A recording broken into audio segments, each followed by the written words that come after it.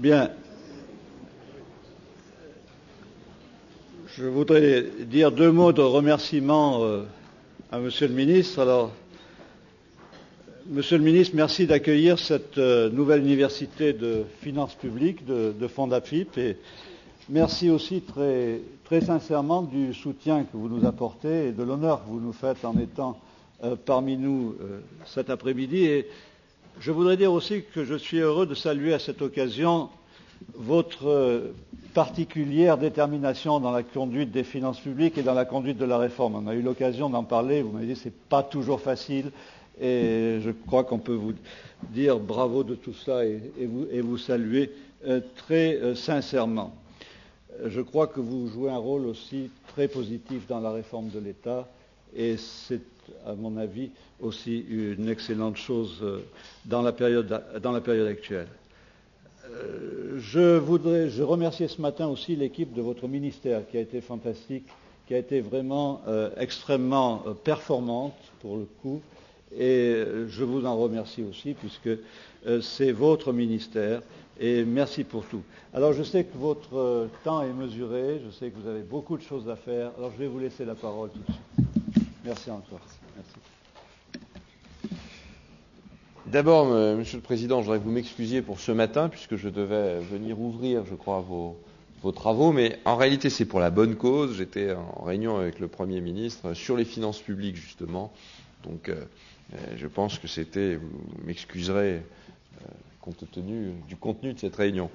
Et je vais essayer de me rattraper en ne prenant pas trop sur le temps, puisque j'ai compris que vos travaux étaient denses, et donc j'ai vu le programme extrêmement d'ailleurs riche. Et donc, si vous le voulez bien, je vais dire quelques mots sur où nous en sommes, où nous voulons aller, comment les choses s'organisent. Je suis évidemment particulièrement heureux de vous accueillir à Bercy. Je crois que c'est la 4e université de finances publiques de printemps. Oui, nous sommes au printemps. J'ai l'impression que tous les jours on s'éloigne de l'été, mais ça doit marcher. Ça marche dans un certain sens, en tout cas pas dans le bon sens. Et je voulais évidemment remercier particulièrement Michel Bouvier d'être à l'initiative de ces universités, à l'initiative de beaucoup de travaux sur les finances publiques. Nous nous sommes rencontrés il y a quelques semaines pour en discuter et nous nous voyons régulièrement. Le thème de cette année, donc la bonne gouvernance des finances publiques dans le monde, revêt un intérêt tout particulier en ce moment, car vous le savez, nous préparons une loi de programmation des finances publiques, ce qui est nouveau. Et cela représente un progrès majeur dans la gouvernance de nos finances publiques. Ce progrès s'inscrit d'ailleurs dans une longue route que nous avons accomplie depuis la conception de la LOLF et qui a résolument, je pense, fait passer notre pays d'une gouvernance budgétaire plus traditionnelle dans je pense, une véritable modernité.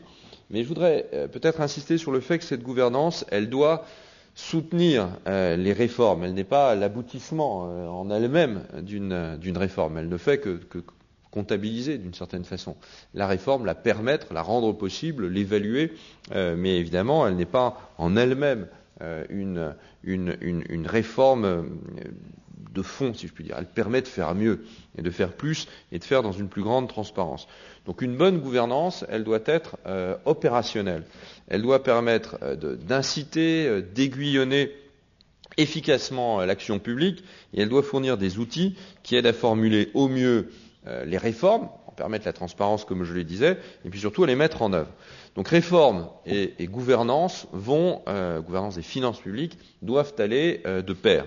Il ne s'agit pas simplement de dire les finances publiques doivent être à l'équilibre, ce qu'on lit régulièrement, ce que je dis d'ailleurs absolument régulièrement. Ouais, ça ne sert à rien si on ne dit pas comment les finances publiques françaises peuvent revenir et doivent revenir à l'équilibre. Sinon, on se condamne à constater à l'arrivée, comme on l'a fait souvent, malheureusement, que l'objectif n'est pas atteint. Cette complémentarité entre réforme et gouvernance me semble donc absolument fondamentale, et c'est pour ça que je les mène de fond. Avec la révision générale des politiques publiques, vous l'avez évoqué, Monsieur Bouvier, avec la loi de programmation des finances publiques, nous nous donnons ainsi un cadre très dynamique et cohérent pour parvenir à rétablir l'équilibre des finances publiques à un horizon aujourd'hui très officiel, fixé par le président, discuté avec nos partenaires européens, qui est 2012.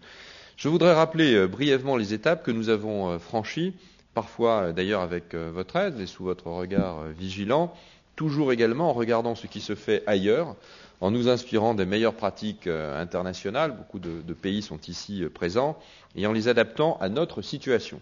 Il faut savoir profiter de l'expérience des autres et des conférences comme celle d'aujourd'hui, où l'on peut échanger donc sur des approches différentes, utiles, que l'on peut croiser les unes avec les autres.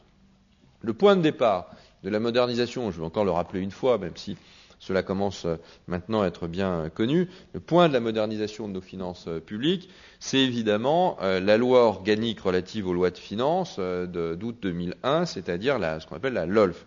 Et cette loi organique a révolutionné à la fois la comptabilité de l'État et la pratique budgétaire.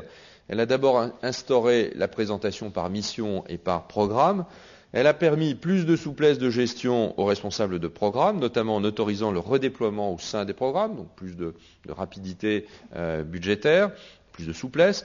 Et avant la LOLF, on ne connaissait pas le coût réel des politiques, on connaissait en réalité le prix d'un ministère, mais pas des politiques. On pouvait seulement connaître le montant des dépenses exécutées.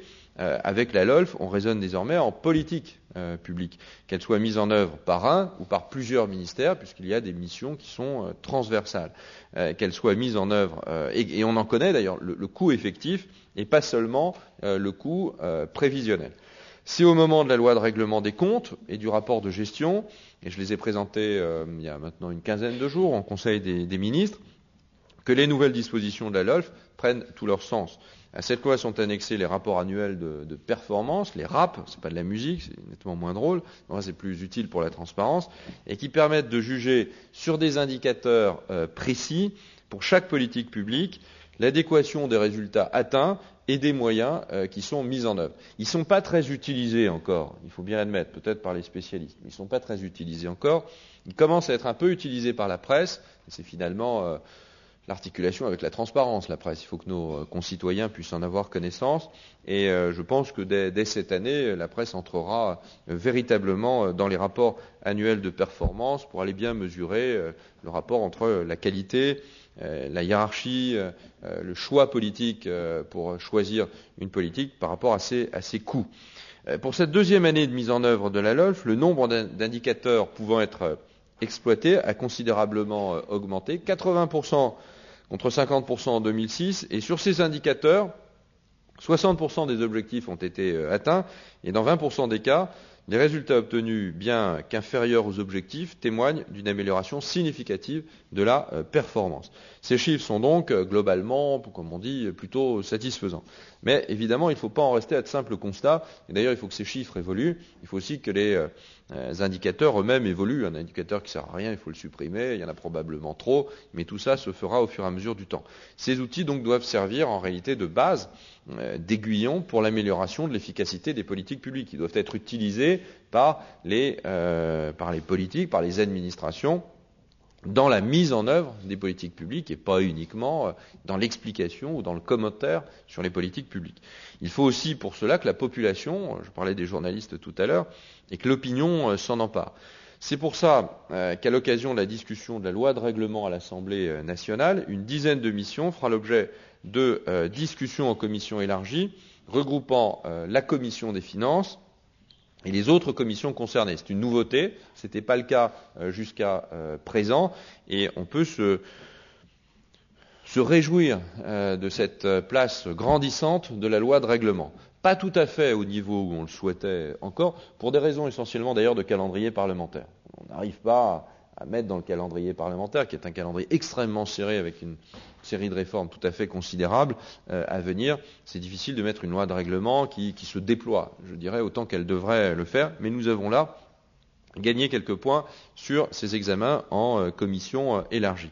Et nous sommes enfin donc je crois qu'on est vraiment sur le chemin pour passer d'une logique de moyens, simple et pure logique de moyens comme on en connaît depuis longtemps, à une logique de résultats. Et je voudrais saluer la démarche d'ailleurs du Parlement à cette occasion, qui se saisit pleinement des possibilités offertes par la LOLF, ce qui est somme toute finalement assez naturel, mais qui n'était pas gagné d'avance pour améliorer le Parlement son contrôle sur l'exécutif.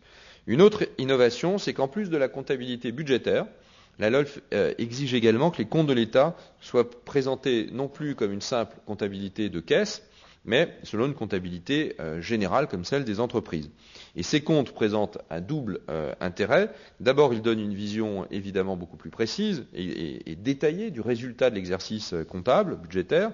Enfin, ils rendent compte de façon beaucoup plus juste du patrimoine de l'État, ce qui était une notion discutée depuis aussi bien longtemps. Et cette réforme comptable, c'est donc plus de fiabilité, plus de transparence dans les comptes et donc plus de démocratie, plus de contrôle. Comme vous le savez, la Cour des comptes vient de certifier pour la deuxième fois les comptes de l'État en assortissant, il est vrai, cette certification de 12 réserves contre 13 l'année dernière, mais ce n'est pas toujours les mêmes. Les comptes de l'exercice 2007, après le premier exercice réalisé l'an passé, font qu'une partie de ces réserves se croisent. Il y a des réserves d'ailleurs nouvelles qui avaient fait l'objet de travaux l'année dernière, mais sur le même périmètre et avec les mêmes résultats, font l'objet de réserves alors que ce n'était pas le cas auparavant. Pourquoi ? Parce que la Cour des comptes elle-même progresse dans son rôle de certificateur. L'État progresse dans son rôle de certifier ou de contrôler, et la Cour elle-même progresse dans sa qualité de certificateur. Et je pense qu'on peut saluer le travail considérable fait de part et d'autre entre l'État et évidemment la Cour des comptes. Je suis donc, à titre personnel, mais aussi comme ministre du Budget et des Comptes, très satisfait de ces résultats, et je suis résolu à poursuivre la démarche d'amélioration de la qualité des comptes avec le concours de l'ensemble des ministères gestionnaires et l'appui des certificateurs. Mais il ne faut pas s'arrêter en chemin, et nous avons un objectif, je le disais tout à l'heure, c'est celui d'aboutir un assainissement de nos finances publiques, c'est-à-dire un équilibre de nos finances publiques à l'horizon 2012, et la réflexion devait donc se poursuivre sur les outils adéquats pour nous permettre d'y arriver. Par exemple, depuis quelques années, nous avons constaté la multiplication des niches fiscales et des niches sociales. C'est un sujet très à la mode en ce moment sur les niches fiscales. Ce sont donc des exonérations ou des réductions d'impôts et des exonérations de charges sociales. Je parle pour nos amis venant de pays étrangers. Je crois pour ma part nécessaire de donner plus de visibilité à la multiplication de ces niches en faisant voter au sein du PLF, et c'est ce que nous allons faire, en tout cas nous on en a bien l'intention, donc j'espère qu'on va le faire, donc c'est ce que nous allons faire cette année, un article d'objectif, une sorte de norme de niche fiscale, et je pense que pour mener à bien des réformes de fond sur ces niches, il nous manque pour l'instant cet outil. Alors, intégrer les niches, les dépenses fiscales dans la norme de dépenses de l'État est assez compliqué. C'est ce que nous demande un certain nombre de parlementaires.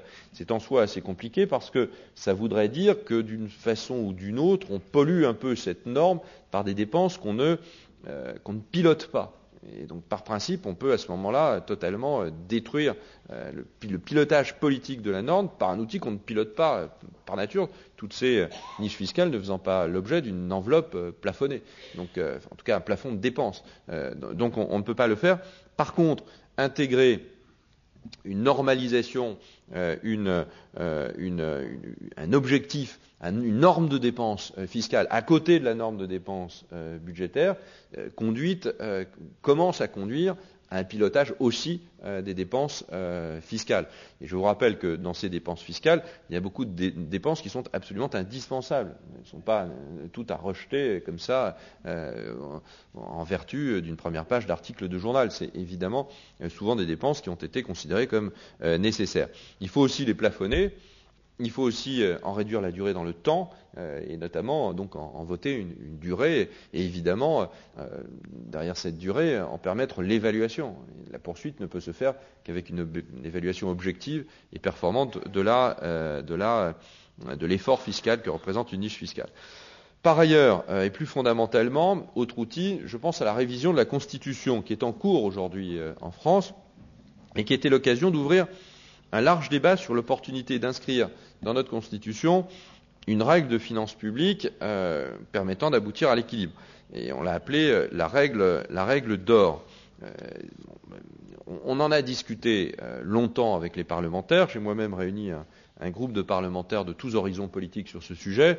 On a abouti à l'idée que ça posait des difficultés. Je crois que vous allez en discuter dans vos travaux de cette règle d'or. Peut-être vous aboutira à des conclusions inverses, mais à ce moment-là, dites-le moi. Mais on pense que c'est compliqué en soi et très artificiel. Le fait de dire dans la Constitution, grosso modo, il n'y aura pas de déficit budgétaire pour les dépenses de fonctionnement passées, circulées, c'est pas si simple que ça. D'abord, je préférerais qu'on consacre la même énergie à éviter les dépenses. Ce serait déjà pas mal, plutôt qu'à faire des règles. En réalité, c'est souvent s'exonérer des difficultés à régler les problèmes de fond en facilitant tout simplement le fait de pouvoir élaborer des règles. Moi, je suis pour le fond, puis après, on monte des règles. Mais en même temps, on s'est aperçu que c'était aussi difficile de faire la part des choses dans ce qu'on appelle les dépenses d'avenir. Les dépenses d'avenir ne se limitent pas aux seules dépenses d'investissement au sens comptable du terme. Par exemple, les dépenses que nous menons actuellement sur la recherche, les salaires de chercheurs, a priori, ou salaires de chercheurs ou autre type de dépenses de cette nature, on ne peut pas dire que ce sont des dépenses courantes de fonctionnement. C'est évidemment des dépenses dans lesquelles on projette l'avenir d'un pays. Comptablement, c'est de la dépense de fonctionnement, c'est tout. C'est pas de la dépense d'investissement. Donc, où est la dépense d'avenir, où est la dépense d'investissement? La définition est floue. Et donc, fixer des règles du jeu budgétaire sur des notions floues, c'est pas très bien. C'est comme si on disait, allez, commencer le match de foot, la finale, et puis on fera évoluer les règles en fonction du terrain ou en fonction du déroulement du match. Non, il faut que ce soit précis avant. Et là, on peut pas préciser plus que ça. Donc, nous avons aussi regardé ce qui se passait à l'étranger. Et à l'étranger, on s'est aperçu que l'introduction d'une forme de règle d'or n'a pas toujours répondu au cahier des charges fixé initialement. En Allemagne et au Royaume-Uni, par exemple, la règle d'or a été accompagnée par des dérogations et des assouplissements possibles dans l'appréciation de son respect. Projeté en France, qui dit assouplissement ou dérogation, peut évidemment générer une certaine inquiétude sur l'applicabilité de la règle. On va passer son temps à déroger, c'est ça la réalité. Alors, nous avons bien travaillé avec les parlementaires et on a essayé de regarder comment répondre quand même à ce besoin, me semblait-il, d'avoir quand même à écrire quelque chose dans la loi fondamentale sur les finances publiques qui soit autre chose qu'une simple méthodologie ou un simple calendrier concourant aux finances publiques. Et nous avons donc favorisé une autre approche, je crois très structurante pour notre gestion budgétaire, autour d'une définition globale de l'équilibre décliné dans une programmation pluriannuelle. Et l'amendement adopté donc permet de fixer un certain nombre d'objectifs de finances publiques. Pas seulement l'équilibre des finances de l'État, mais l'équilibre des dépenses publiques dans leur ensemble. État, sécurité sociale, collectivité locale. C'est là-dessus que nos partenaires européens nous jugent. C'est sur un équilibre global, c'est pas uniquement sur l'équilibre évidemment de l'État. Pas seulement l'équilibre d'une section de fonctionnement, mais un équilibre total. C'est celui-là qu'il faut viser, parce qu'après on ne sait plus très bien de quoi on parle, comme je le disais. Et puis, cet équilibre est défini comme un objectif inscrit dans une perspective pluriannuelle de finances publiques. Cela permet notamment de tenir compte des cycles économiques, comme le font d'ailleurs les Anglais, qui peut conduire temporairement un gouvernement à écarter ou à s'écarter temporairement, pour la France et structurellement, mais j'espère à partir du 2012, on pourra se poser cette question ponctuellement et temporairement, donc à s'écarter de l'équilibre. Cela permet de ne pas fixer de règles de politique budgétaire dans la Constitution. On a déjà perdu beaucoup de moyens, marge de manœuvre dans la politique monétaire. Il faut conserver évidemment des marges de manœuvre politiques dans la conduite d'une politique budgétaire. Donc il ne s'agit pas du tout de dire simplement il faut être à l'équilibre, pour me résumer, et nous déclinerons cet objectif dans une loi de programmation pluriannuelle. C'est ça qu'il faut retenir des finances publiques, qui permettra de définir une stratégie d'ensemble cohérente dépassant la vision limitée qu'offrent aujourd'hui les débats annuels sur le projet de loi de finances et sur le projet de loi de financement de la sécurité sociale. J'ajoute que l'élaboration puis le vote des lois de programmation des finances publiques donc permettra de pallier la situation actuelle où les programmes de stabilité qui sont adressés chaque année à la Commission européenne ne sont pas soumis au Parlement. Nous envoyons à la Commission européenne des programmes de stabilité pluriannuels et c'est pas soumis au Parlement. C'est connu par le Parlement, mais c'est pas soumis. C'est évoqué au moment du débat d'orientation budgétaire. On y revient souvent au moment du débat budgétaire lui-même, mais le cadre n'est pas soumis au Parlement. Nous aurons ainsi un cadre global, cohérent avec ce que nous transmettons à l'Europe et d'autre part ce que nous faisons, ce que nous amenons à la discussion parlementaire et au vote parlementaire. Ce n'est pas uniquement un débat, c'est bien d'un vote dont il s'agit. Et ces lois de programmation intégreront en outre pour l'État un budget triennal, c'était 2009, 2010, 2011, et nous nous sommes inspirés là-dessus aussi d'exemples étrangers. Et je crois que vous aviez d'ailleurs une présentation, me semble-t-il, à un moment donné de votre programme, du modèle britannique. Je suis en train je vais plutôt terminer en réalité de rencontrer mes collègues dans les conférences budgétaires, ministre du budget versus chacun des ministres. Donc on se fait énormément d'adversaires en peu de temps, une concentration extraordinaire d'inimitié. Et nous avons non pas uniquement travaillé sur une seule année, mais nous avons travaillé sur 3 ans de finances publiques, mission par mission, et pas uniquement une vague évocation des dépenses à venir. Mission par mission, schéma d'emploi par schéma d'emploi. Également dépense fiscale par dépense fiscale, et plus uniquement la dépense budgétaire, avec une dépense fiscale qui arrive au mois de septembre, juste avant la discussion budgétaire, et qu'on voit comme ça un peu rapidement. Nous avons condensé tout cela dans les discussions que nous avons eues. Je voudrais terminer mon propos par quelques mots, Monsieur le Président, sur la RGPP. Donc révision générale des politiques publiques. Enfin maintenant, c'était un sigle qui était fait pour ne pas justement pas être très communicant. Enfin maintenant, je le vois un peu partout fleurir, même sur les tracts d'ailleurs des organisations syndicales. Pour cette RGPP, c'est donc une révision de politique publique. Nous nous sommes inspirés d'exemples étrangers plutôt réussis, comme le Canada ou comme la Suède, pour parler de ceux qui sont les plus connus, et nous avons adapté cela aux règles et aux spécificités, bien sûr, de la France. Mercredi dernier, par exemple, nous avons, avec le président de la République, le Premier ministre et l'ensemble du gouvernement, tenu le 3e Conseil de modernisation des politiques publiques. Et ce 3e Conseil de modernisation, il marque la fin d'un premier cycle, d'une première étape de la révision générale des politiques publiques. Depuis 1 an, nous avons examiné plusieurs fois chacun des ministères et chacune des grandes politiques d'intervention de la France. Nous avons pris presque 350 décisions touchant essentiellement à l'organisation des pouvoirs publics. Comment les pouvoirs publics s'organisent-ils pour mettre en œuvre les politiques? Évidemment, à quel coût aussi s'organisent-ils? C'est des sujets qui ne sont pas des sujets tabous. Et nous avons analysé toutes les dépenses de l'État. Et le comité de suivi, le comité de travail de la RGPP, a livré au Conseil de modernisation donc une série d'outils sur toutes les politiques d'intervention et de diagnostic sur ces mêmes politiques d'intervention en faveur notamment des ménages. Je pense à la couverture de maladies, à la famille, à la solidarité, au logement, à l'emploi, à la formation professionnelle. Donc nous avons travaillé sur l'organisation de l'État, l'organisation administrative de l'État, et nous avons travaillé aussi sur les politiques d'intervention, sachant que pour l'un, l'organisation administrative de l'État, ça relève de la pure et seule compétence de l'État de changer son organisation. C'est ce qui est en cours, et ce que je vais suivre. Et puis, sur les politiques d'intervention, à chaque ministre, dans le cadre d'un agenda social défini par le Premier ministre et le Président, de donner suite aux diagnostics et aux pistes d'évolution qui sont contenues dans la révision générale des politiques publiques. Donc cette méthode, elle constitue un changement profond par rapport à toutes les étapes qui ont précédé en réalité cette réflexion sur la modernisation de l'État et qui se sont très souvent heurtées à un suivi insuffisant des mesures prises.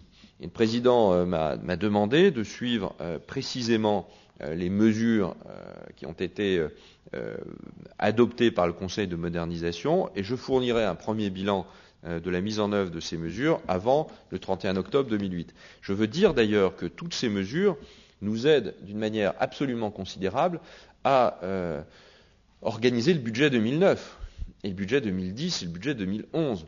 Car sans ces mesures, on ne sait pas bien organiser le fait de pouvoir diminuer les effectifs de la fonction publique d'État. Par exemple, ne pas remplacer un fonctionnaire sur 2, ça nécessite une organisation différente. Vous ne le faites pas à périmètre constant. Dans la révision des politiques publiques, on trouve cette organisation qui a été travaillée d'une façon contradictoire avec chaque ministre. Nous trouvons aussi, au-delà du non-remplacement de fonctionnaires, beaucoup d'autres sujets qui nous permettent donc de mieux profiler l'organisation administrative, de l'administration centrale à l'organisation territoriale de l'État, pour répondre aux besoins à la fois de finances publiques, mais aussi de durabilité du service public. La durabilité du service public, c'est quand même d'être financé d'abord. Et donc c'est bien de cela dont il s'agit. Et ça change beaucoup les discussions budgétaires. Les prochains conseils de modernisation des politiques publiques permettront donc de vérifier la conformité de la mise en œuvre avec les décisions prises par le Conseil de modernisation et par le Président. Ils permettront de faire un point sur les réformes conduites dans le domaine des interventions de l'État et de consolider donc la transformation de l'État et des politiques publiques. En un mot, nous passons là véritablement donc à la phase d'exécution. Les décisions sont prises et il n'est plus temps du tout de tergiverser. On n'est plus à l'époque où on peut réfléchir, on est à une époque de mise en œuvre et c'est très très urgent puisque si on veut gagner au moins un demi-point de déficit public par rapport au PIB en 2009, l'État doit évidemment compter sur la réforme. On ne compte pas beaucoup sur... on ne prélève pas, on n'augmente pas les prélèvements obligatoires. Vous avez compris que la politique de notre gouvernement, c'est évidemment de revenir à l'équilibre des finances publiques par la réforme et pas par l'augmentation des prélèvements obligatoires. C'est nettement plus difficile, mais aussi nettement, me semble-t-il, plus efficace et plus sain. Les Français auront à juger de tout cela, de ce que je viens de dire, et ils auront à juger en fonction des résultats. Je pense que nous n'avons pas une obligation de moyens, nous avons clairement une obligation de résultats, je crois qu'on nous le rappelle quasiment tous les jours, et ça c'est bien inscrit dans notre traite. Et c'est bien évidemment seuls les résultats qui m'importent et qui importent aux Français. Ils passent par un système comptable, un système budgétaire qui sache à la fois anticiper les prises de décision politiques, orienter les prises de décision politiques et évidemment qui permet de rendre compte dans la plus grande transparence des résultats à nos concitoyens. Merci en tout cas pour votre attention.